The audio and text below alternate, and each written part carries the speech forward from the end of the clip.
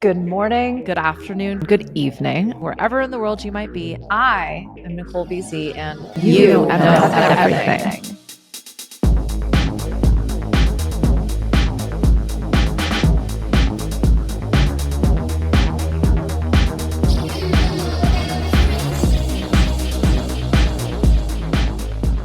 Hey there, friend. I start every episode saying I'm super excited for this topic. So, guess what? I am super excited for this topic. I want to talk about thinking like a boss because it's really hard. And not so much just the thought process, but it's interesting because as an entrepreneur, we will often categorize ourselves as such. And it's because it's a different way of thinking.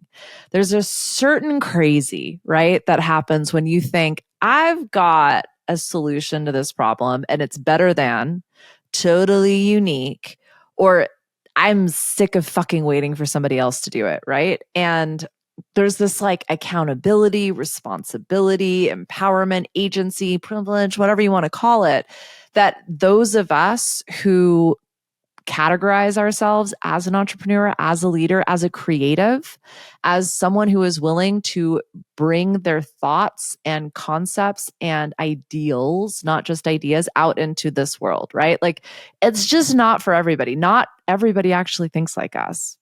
I know, shocking, right? So, I want to talk about how to think like a boss and how to be the big person in the room. And I don't mean the loudest. I don't mean the most attention seeking. I don't mean the person that everybody notices when they walk in. I mean, you are operating from a different set of values and perspectives that simply allow you to stand head and shoulders above the rest and really see the room, read the room, and be the biggest person in the room, because everyone else you're going to be surrounded by is a little person. And I don't mean that from a sense of judgment. I just mean they're going to be lacking perspective. They're going to be lacking oversight. They are simply not going to be able to see what you see because they're just a little guy and you're the big one, right? Now, the reason I wanted to bring this up is I spend a lot of my time both reassuring myself, but reassuring the other bigs in the room. This is a thankless job. This is not easy. And you are leading by example, and you do have bigger responsibilities upon your shoulder, and you are taking bigger risks, and they're not all going to pay off. And you are going to get blamed for that. And you are going to be the one that has to, and I don't like saying have to, but when you're willing to just simply say, look, I'll own this. Can we move on? Things will start happening really quickly. But there can be resentment. I know because I was so resentful for so long about if I was in a bad mood, that would affect everybody around me. And if I wasn't into something, they wouldn't show up either. And it bummed me out that I constantly had to be the one out ahead, not just trailblazing, not just clearing the path, but then also looking back and pulling everyone along with me. Like it just felt unfair. And that's absolutely one way of looking at it. That way is going to be exhausting and is going to lead to burnout and resentment and bitterness and probably failure. So you can continue, and you probably don't really relate to that. You've probably had snapshots of it and potentially dip down there every now and again, but you're here because you're the big and you get it, right? It is just a different path to walk. Like I don't want to wear it like a badge of honor. I was fantasizing with one of my clients about what it would be like to just get a job, and he was like be the greeter at Walmart. Oh God, just to just wave and smile at people, maybe point them in the right direction. That's all you got to do. Wouldn't be the worst thing in the world, right? So every leader has this choice in any given moment. And by checking in with themselves and getting clear on what they want, why they want it, what they're doing, this is going to help them choose their thoughts and emotions. And as you know, as I talk about a lot, it's very easy to spiral otherwise. When we get into the poor me, nobody sees me, nobody gets me, nobody understands me, nobody supports me, nobody can do what I do, nobody does it the way that I do, blah, blah, blah. It spirals, right? Like even just saying that, I feel it in my gut. That's what I mean when I say like this energy compounds. And the more that we talk about it, the more that we indulge it, the more we're going to feel it. And our world and focal point will narrow. So that's what I mean by you have a choice, and you can help yourself by getting super duper freaking clear on what it is that you're doing and why. And when you know what that success is going to look like, you can frame it as such. This is going to help you pull those people along their path because they want to know where they're going. They actually really want to know how they're going to get there and when as well. And as the leader, you might not have those answers. And we're going to kind of get into all of that. But by being inspired and excited and proactive, that is also contagious. Your courage will inspire those around you. You might have heard me say, be the type of leader that you want to follow. When you're leading from what I call this like level 5 space, you're not even telling people what to do. They just want to be where you're at. And so if you're standing over here, I'm pointing to one edge of my screen and they're standing over there, I'm pointing to the other side of the screen. But what you got going on here is inspirational and fun and exciting and challenging, but rewarding. They're going to want to move to where you're at. Where are you making other people's bullshit about you? Where are you wasting your time and energy in trying to convince or corral those who don't want to get to where you're going to come with you? Yeah. Okay. So here we are. You know everything, right? And by thinking like a boss, it's really investing in the fact that you have the answers. They will not come outside of you. I don't care how much you do. I don't care how many gurus you hire. You know everything. You have the answers. And thinking like a boss really brings you back to that. In today's episode, we are going to deep dive into what that really means, how to think like a boss with conviction and clarity, even when it feels cloudy as fuck, right? So stay with me to discover 5 essential strategies to lead you and therefore those around you effectively. Understand why your perspective, why the energy and awareness that you're bringing to any situation is unique. And that is actually your unique selling proposition, right? This is what makes you different. Sure, it might be about the solution that you're bringing into the world, but I can guarantee you it's how you're doing it and why you're doing it that truly makes it stand above and beyond everything else that already exists. So this is how you engage the resources around you to support your vision. It's not just for you or for them, but the collective benefit of all, the win-win-win that we are able to create so that everybody playing the game gets something out of it. It's not just to benefit you or again, them. It's for the collective good of all. So again, how to think like a boss, how to be the big person in the room. And I think this is bringing a certain level of honesty and transparency into everything that you do.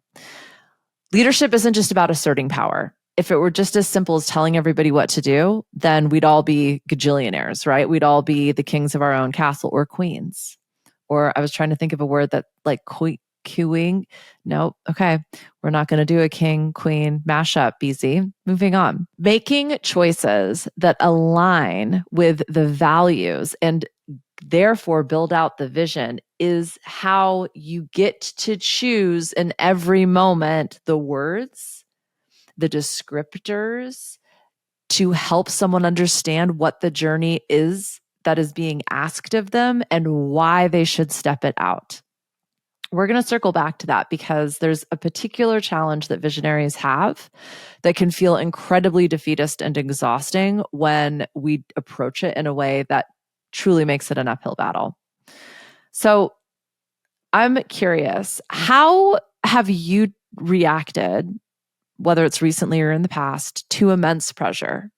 When you feel like I can't do this, or when you've experienced a really crazy setback, how did you respond?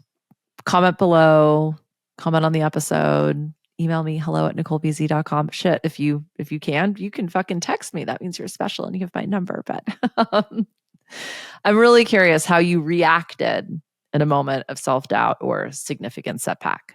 There's some recent studies that have been conducted, and there was an article in the Harvard Business Review that I was reading, and it talked about how leaders who practice reflective thinking are better equipped to make decisions that align with their long-term goals. So, why does this matter? Why am I bringing this up?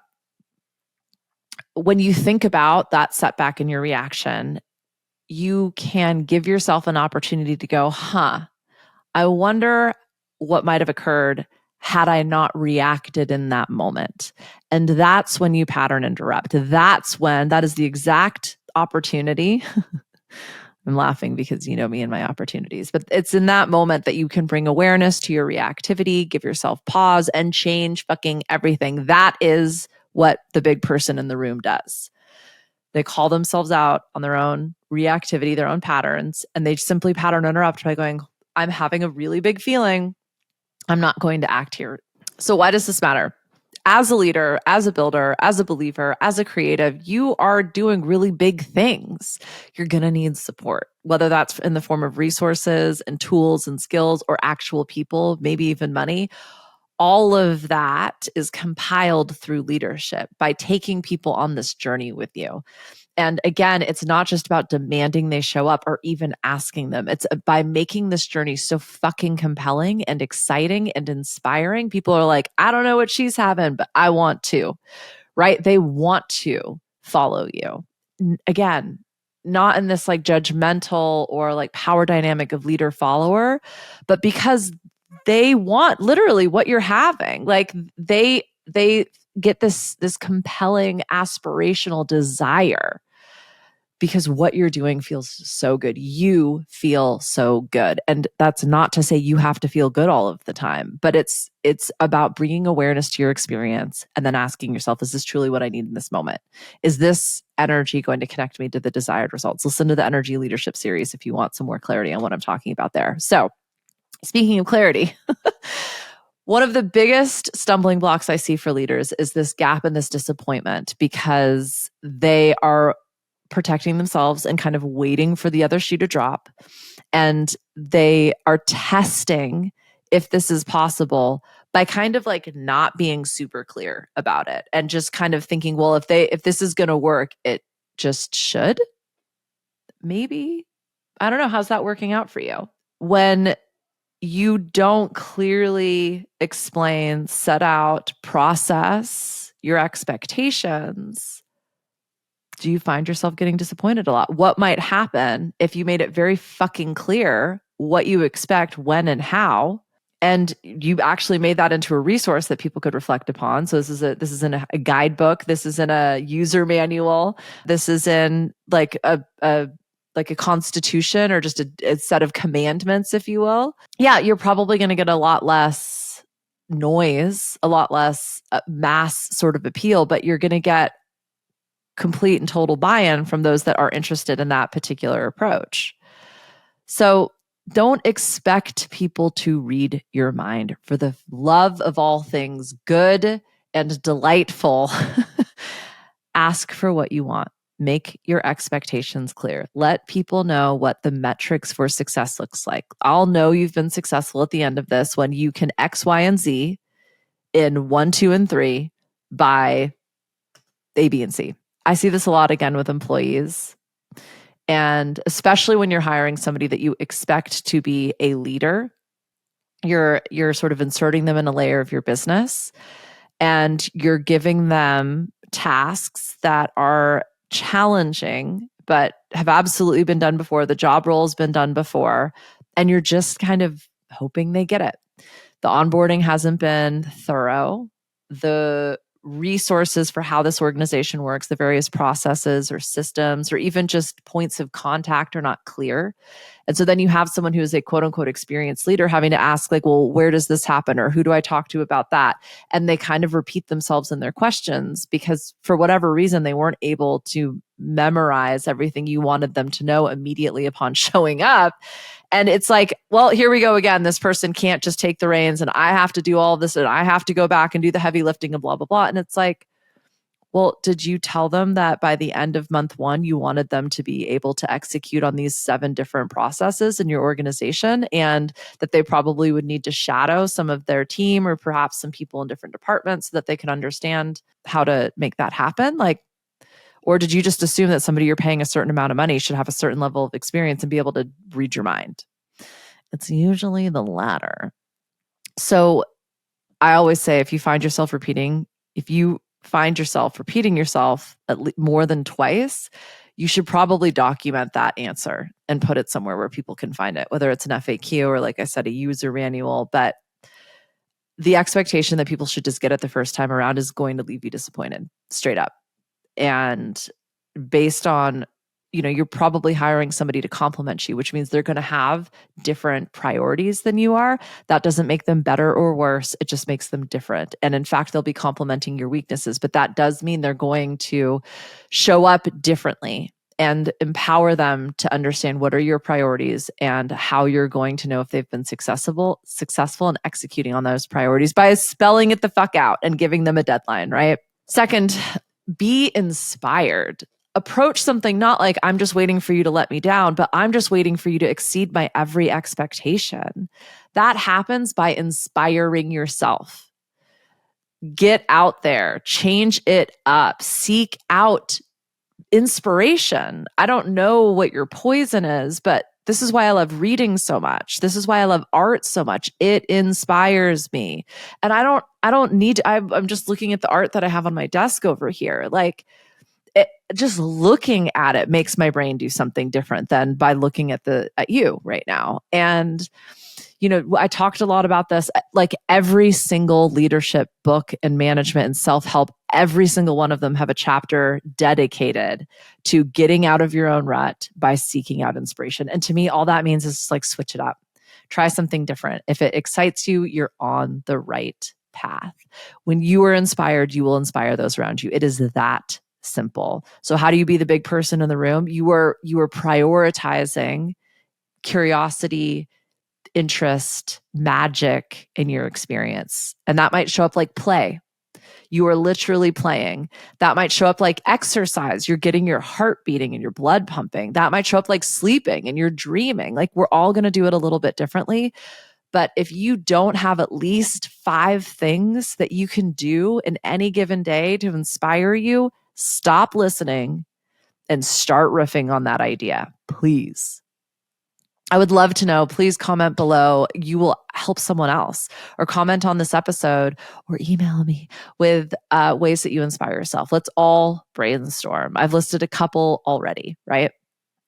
Okay, so number 3. Am I actually listing these out? They're listed in my notes. I don't think I've said that there's a list though. So cool. This concept of reflecting on reactions. I did refer to this at the beginning. So why does that matter? When we make other people's behaviors about ourselves, when we are triggered, right? All that's happening is we're telling us a story about us, right? Like, that's what a trigger is. And you know what I'm going to say next? It's an opportunity for healing, for growth, for evolution. So when you reflect on your reactions, you give yourself this opportunity to really dig into, what was the story that I was telling about myself, and how true is that? And why is this about me even a little bit? I am the big person in the room, which means it's never about me. And that's tough. I know.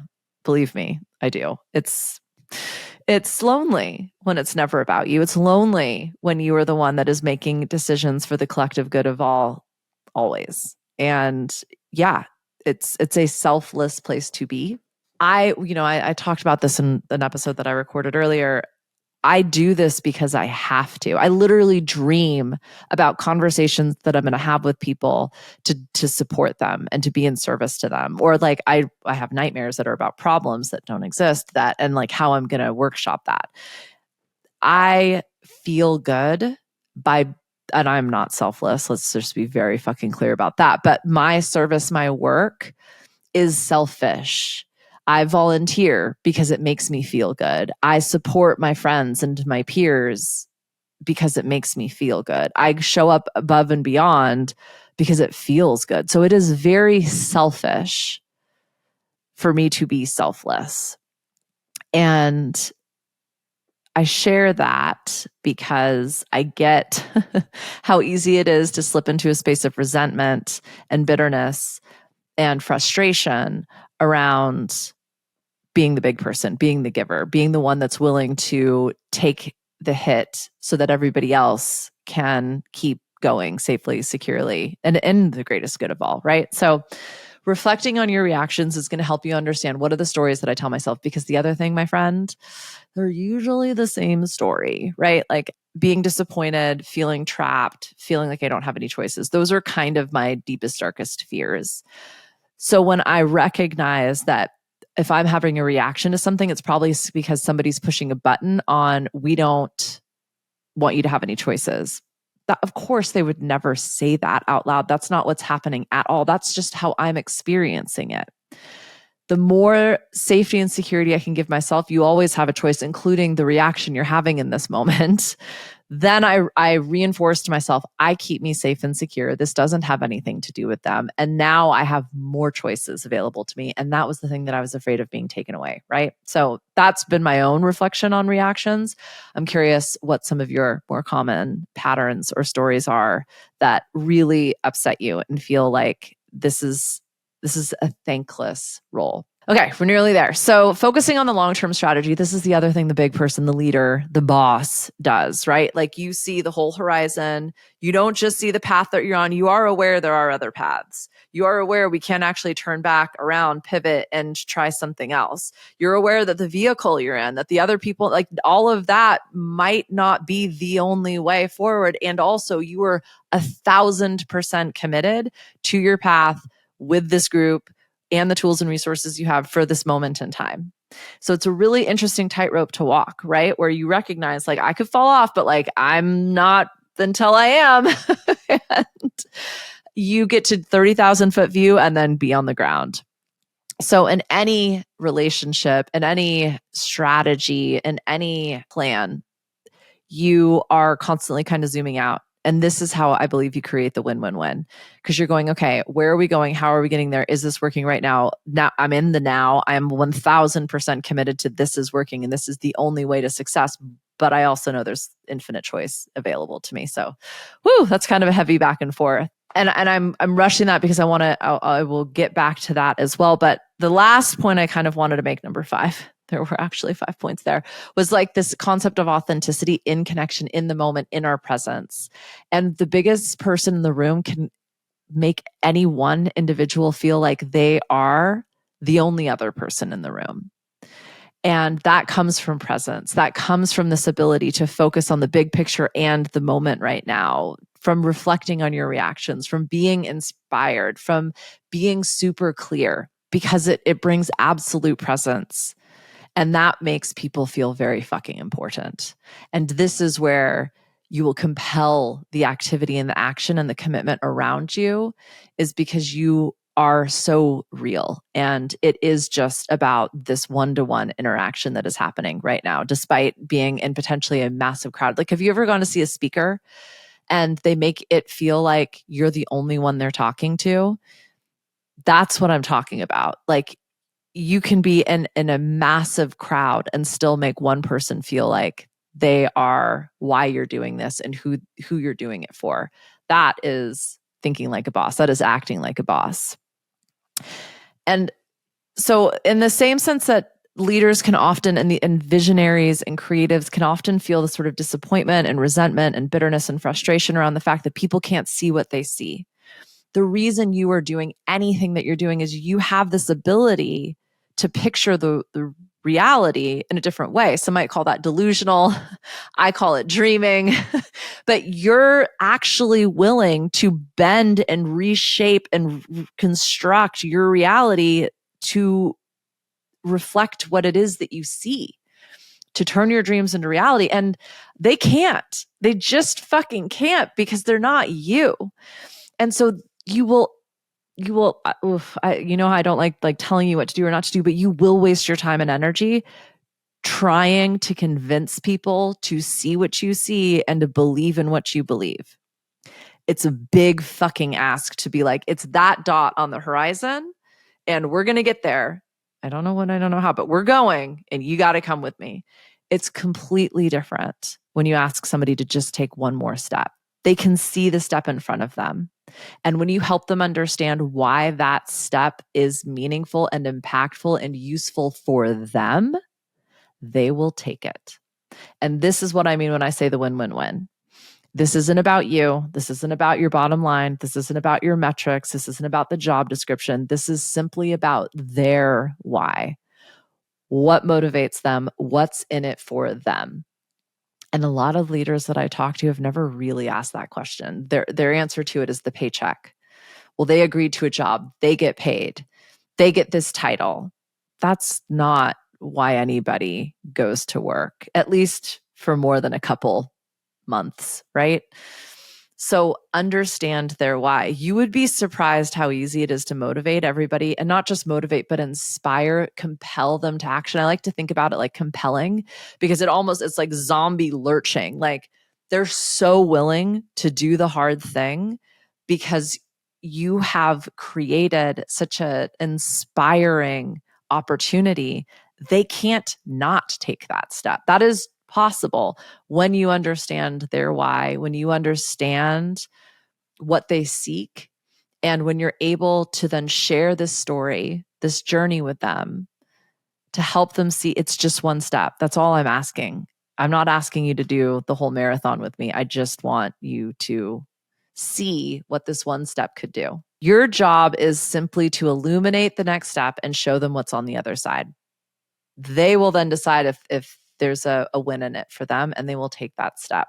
That is being the big person in the room. So, that was a major aha moment for me when I realized I don't need everybody to see what I see. And I sure as shit don't actually need everybody to see me for who I am.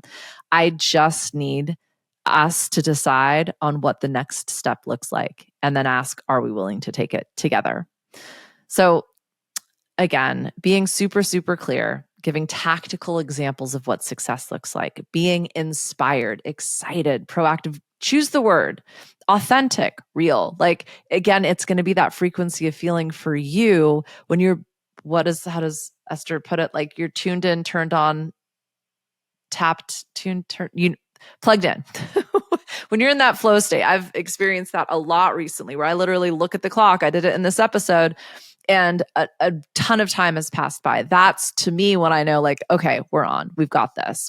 It's happening. As I wrap this bad boy up, I'd love for you to think about how you can apply these insights and show up inspired to then inspire everything and everyone around you. And I would love to know one step you will take today to think like a boss. So, yeah, thanks. If you found this useful, feel free to share this with somebody who might also. Like, comment, subscribe, all of the things. Yeah, I think I mentioned a few different episodes. I will link those as well. And that's all I got. We're good. Thank you for being here. I love you. Bye.